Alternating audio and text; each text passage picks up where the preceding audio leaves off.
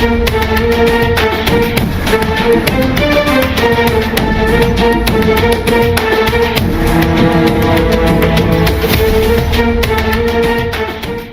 सरकार ने गणतंत्र दिवस की पूर्व संध्या पर मध्य प्रदेश के सागर जिले के रहने वाले 83 वर्षीय भगवान दास रैकवार को कला के क्षेत्र में उनके विशिष्ट और आजीवन योगदान के लिए पद्मश्री सम्मान देने की घोषणा की है। ये सम्मान उन्हें पारंपरिक अखाड़ा संस्कृति और शस्त्र युद्ध कला को संरक्षित व संवर्धित करने के लिए दिया जा रहा है।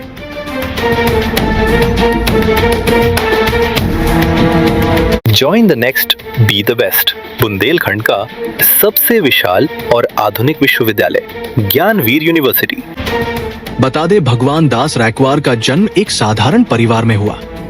उन्होंने केवल 10वीं तक शिक्षा प्राप्त की और बाद में स्टेट बैंक ऑफ इंडिया में नौकरी की। लेकिन उनके मन में पारंपरिक शस्त्र कला को जीवित रखने का ऐसा जुनून था कि समय की कमी आड़े आने लगी। अखाड़ा अभ्यास और शिष्यों को प्रशिक्षण देने के लिए उन्होंने सरकारी नौकरी तक छोड़ दी। उनके लिए नौकरी से कहीं बड़ा था अपनी कला और सांस्कृतिक विरासत का संरक्षण। वही उन्होंने वर्ष 1970 में पारंपरिक शस्त्र साधना की शुरुआत की थी। पिछले 5 दशकों से वे तलवारबाजी, भाला व त्रिशूल संचालन, झेलम और लाठी कला जैसी विधाओं का निःशुल्क प्रशिक्षण दे रहे हैं। उम्र के इस पड़ाव पर भी उनकी सक्रियता और समर्पण युवाओं के लिए प्रेरणा है। बता दे, वर्ष 1982 में उनका संपर्क प्रख्यात रंगकर्मी बंसी कौल से हुआ, जिसके बाद उनकी शस्त्र कला अखाड़ों से निकलकर रंगमंच तक पहुंची। उन्होंने हजारों रंगकर्मियों को मंच पर युद्ध दृश्यों के दौरान हथियारों के सुरक्षित और प्रभावी उपयोग का प्रशिक्षण दिया। अब तक लगभग 5000 से अधिक लड़के लड़कियां उनसे प्रशिक्षण प्राप्त कर चुके हैं। वही भगवान दास रैकवार की इस विरासत को उनका परिवार भी आगे बढ़ा रहा है। उनके बेटे राजकुमार रैकवार रंग थिएटर ग्रुप के माध्यम से सांस्कृतिक परंपराओं को जीवित रखे हुए हैं। पद्मश्री सम्मान न केवल रैकवार जी का, बल्कि सागर और मध्य प्रदेश की लोक एवं पारंपरिक कला का गौरव है। मॉडल हाई स्कूल का स्टूडेंट हूँ, 10वीं तक पढ़ा हूँ। उसके बाद मैंने सर्कस किया, बहुत सारा छोटे मोटे काम किए, मजदूरी की मैंने, जिद्दी लेवल लगाया। एक चाट की दुकान पर काम किया मैंने 15 रुपये महीने से। इस तरह से मैंने संघर्ष किया 7-8 तक। यूनिवर्सिटी खाना ढोया सब 60 से। फिर उसके बाद में थोड़ा सा चेंज हुआ तो मेरे को फिर हमारे क्या है, अखाड़े के अंदर ही एक खेल होता था। हमारे गुरु थे जो दशहरा के टाइम पर जो रामनल निकलता था, उसके लिए वो तैयार करते थे बच्चे। तो उन्होंने हमको प्रोत्साहन किया कि तुम भी इस कला को सीखो, ये अच्छी चीज़ है। और उनको विश्वास था कि ये लड़का जो है हमारी कला को आगे ले जाए। और फिर मैंने पहले तो कुरमुन की, बाद में मैंने शुरू किया और भगवान के पास से ऐसा शुरू किया कि उसका नतीजा अच्छा। और चाहता यही था कि हमारी जो कला है, आज भी मुझे कहता कि शासन को हमारी जितनी लोक कला हैं तो उस पर विशेष ध्यान देना चाहिए। नकली आइटम जो कई जगह पेश होते हैं उस पर विचार नहीं करना। जो ट्रेडिशनल काम है उस पर काम करना चाहिए। अच्छा, आपकी कुछ खास उपलब्धियां भी रही होंगी, कुछ शागिर्द भी बहुत आगे गए होंगे, थोड़ा सा। मैं रसिया गया, सिंगापुर गया, अमेरिका की लड़की को सिखाया और उसको प्रोत्साहन मिला, प्रोत्साहन काफ़ी मिला। या सावर गाँव में मैंने 100 लड़कियों को तैयार किया था एक साथ। तो सेफई में 150 लड़का और 150 लड़कियों को तैयार किया और उसका प्रदर्शन हुआ। मुलायम सिंह वगैरह थे उसका। दूसरी बात जैसे हिमाचल प्रदेश है, जयपुर है, हैदराबाद है, भोपाल, लखनऊ, PN सेक्टर संस्थाएँ हैं पूरा नाटक की, इनके में जाने लगा था। ये हर संस्थाएँ बुलाने तो जो वहाँ जो थिएटर से जुड़े एक्टर प्रशिक्षण देते उसमें ये काम आती है थिएटर के लिए। कि आज थिएटर में ये है कि किसी को महाराणा प्रताप बना दिया जाए या झांसी की रानी बना दिया जाए, लेकिन उसको हथियार पकड़ नहीं मालूम तो वो क्या रोल करेगी। ये सब ठीक थे और इस हिसाब से थिएटर से भी जुड़े काव्य मीता वशिष्ठ बॉम्बे से उनने भी यही इस कला को जनता रखने के लिए होते हैं। बॉम्बे में एक कार्यशाला लगाई, नासिक में एक कार्यशाला लगाई और भुवनेश्वर में एक कार्यशाला लगाई और सारी जगह उन्हें लड़कियों को ही सिखाया और अभी करीब हम 4-5 हज़ार लड़कियों को तो सिखा चुके होंगे। इतने समय बाद पद्म पुरस्कार जो कि बुंदेलखंड में किसी जगह पे आया है, एक नृत्य के उसमें मिला था, अब आपको मिल रहा है। कब आपने अप्लाई किया था और ये सरकार जो ध्यान दे रही है छोटी जगहों पे, तो इस पे आप क्या कहेंगे? मैं तो यही कहूँगा कि उनको छोटी जगहों पर ध्यान देना ही चाहिए और विलुप्त होती कलाओं पे ज़्यादा ध्यान देना चाहिए। जो विलुप्त पूरा एक दिल को ट्रेडिशनल जो गायकी है या खेल कूद है जो भी, उस पर ध्यान देना चाहिए।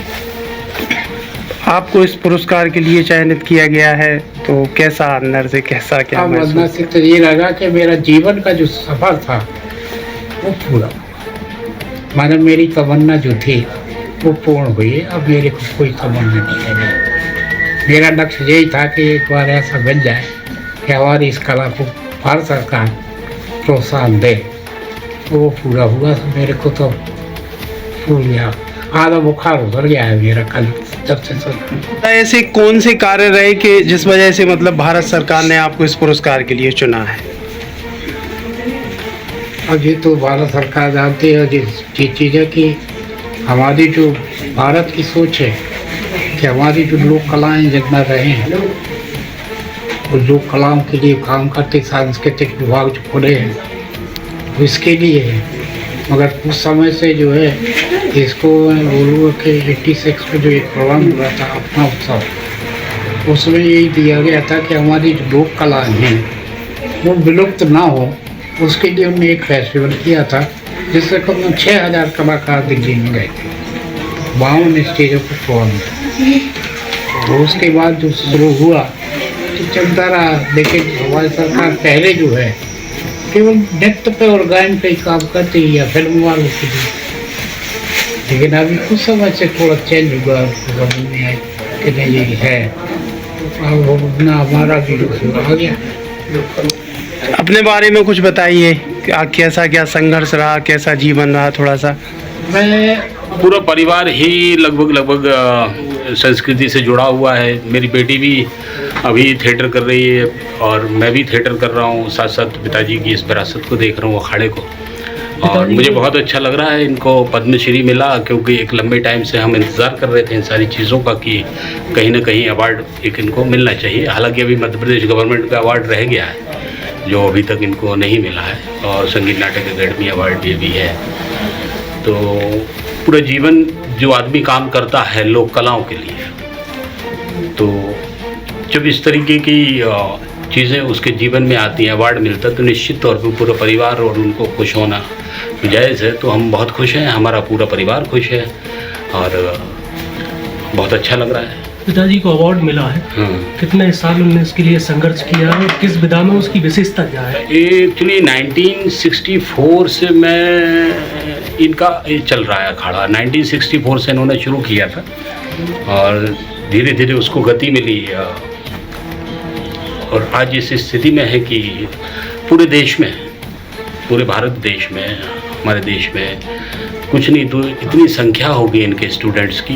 एक्चुअली बात यह है कि कोई भी कला है उसको उसका विस्तार होना चाहिए, वो एक जगह रुक नहीं जाना चाहिए कि हम किसी एक शहर में, एक गांव में वो कला वहीं जन्मी वहीं ख़त्म हो गई। तो पिताजी का ये रहा कि पिताजी ने इस कला को पूरे देश में कोने कोने में फैला है। इनके स्टूडेंट्स कोने कोने में हैं देश के।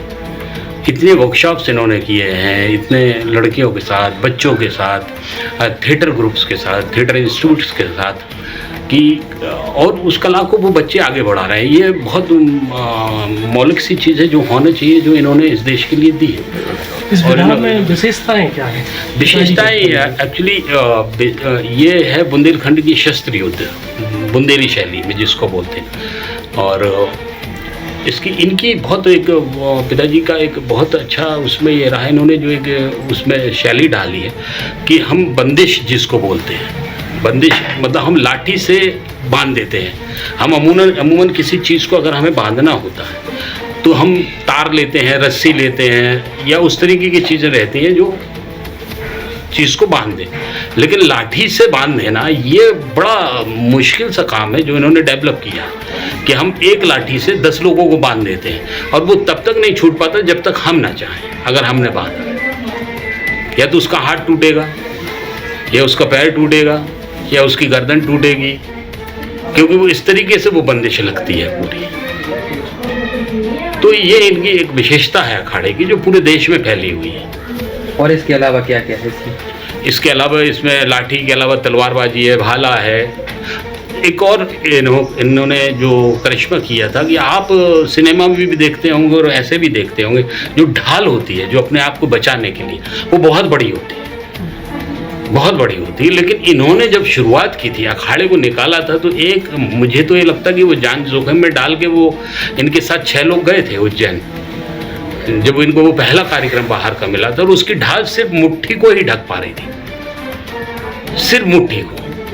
हाँ, कि आप बहुत जरा सी थी, मतलब सिर्फ मुट्ठी को ढक, और तलवार, उस पे ये खेल के आए थे। और उस समय दूसरे अखाड़े जो आए थे वो ट्रक भर भर के आए थे, और ये सिर्फ 6 लोग गए थे एक बोरी में तलवार बांध के और ढाल लेके, और एक पूरा तहलका करके आए थे, बुंदेलखंड का एक नाम रोशन करके आए थे अपने शस्त्र युद्ध को लेके। तो इनकी कुछ खास ये विशेषताएं रही हैं अखाड़े की। और क्या दूसरी चीज़ ये और है कि जो हमारा अखाड़ा है, जो पिताजी ने इसको डेवलप किया है, अभी मैं ही उसको देख रहा हूँ, और वॉरियर्स जो होते हैं उनकी कॉस्ट्यूम होती है। हमने इसमें बुंदेलखंड के जो वॉरियर्स हैं उनकी कॉस्ट्यूम को डिज़ाइन किया है, हम उस पर ही अपना अखाड़ा करते हैं।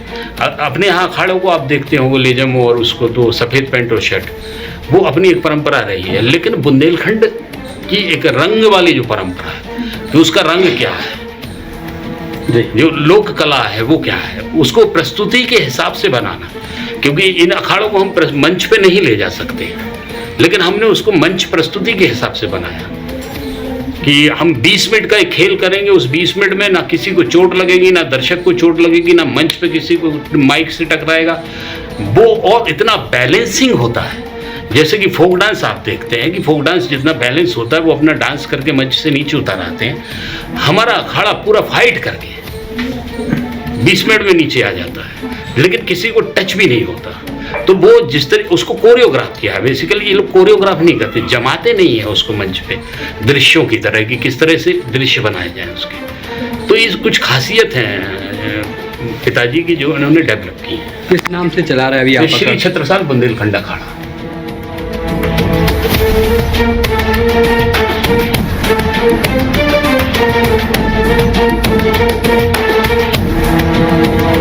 Join the next, be the best. Bundelkhand का सबसे विशाल और आधुनिक विश्वविद्यालय ज्ञानवीर यूनिवर्सिटी। ये सिर्फ एक यूनिवर्सिटी नहीं, ये है आपके सपनों का लॉन्च पैड। यहाँ मिले आपको smart classrooms, modern campus, updated labs और एक्सपीरियंस्ड फैकल्टी। हर स्टूडेंट को मिलता है कॉन्फिडेंस, ग्रोथ और एक ब्राइट करियर का प्रॉमिस। नए सेशन के लिए एडमिशन ओपन है, तो इंतजार कैसा? आज ही कांटेक्ट कीजिए। रिपब्लिक सागर मीडिया को सब्सक्राइब अवश्य करें, और आप हमारी आने वाली सभी वीडियो को देखना चाहते हैं तो आपको उसके लिए घंटी जरूर दबानी पड़ेगी, ताकि आपको सभी वीडियो की नोटिफिकेशन समय समय पर मिलती रहे। रिपब्लिक सागर मीडिया पर जो भी वीडियो आएगा वह सच की कसौटी पर कसकर ही आएगा।